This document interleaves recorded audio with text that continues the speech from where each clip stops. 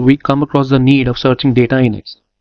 For example, in this case, if I want to search the name which is Ravi, so in that case, else we can press Control F, which is a shortcut, or I can go to the home and you can see on the right hand corner, just find and select. I click on it, you can see the find function. I click on it again, you can see that it is there. I've already typed in to try it before recording this video, so let me find it out again. Few options, let me remove it. So if I type again, which is Ravi, and if I click on this find next, so it will find one by one.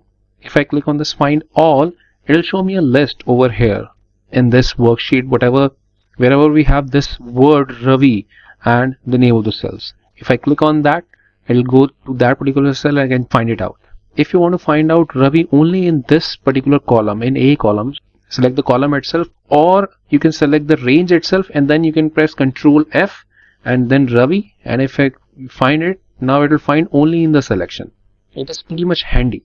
And if you want to replace Ravi with any other text or any number, so you'll go to this Ravi, and Ravi, I want to change it with Samir, for example, and I have a selection only, so I can replace all or replace one by one.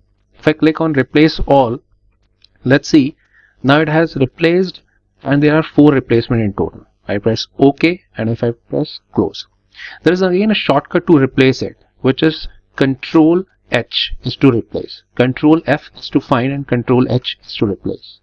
Now in any case, if you have some data in your sheet for which you want to do a spelling check, so in that case I have written a small text over here which is hello and welcome. Intentionally I have written wrong spelling for and welcome. Now I have selected this cell and I can go to review, and either I click on the spelling or there is a shortcut for that which is F7. So I click on it, I can see that is coming, and it is straight away showing me that ANDD is basically a suggestion is and. So I can click on this change and that will get changed, and again welcome, so I can click on change and it is get changed.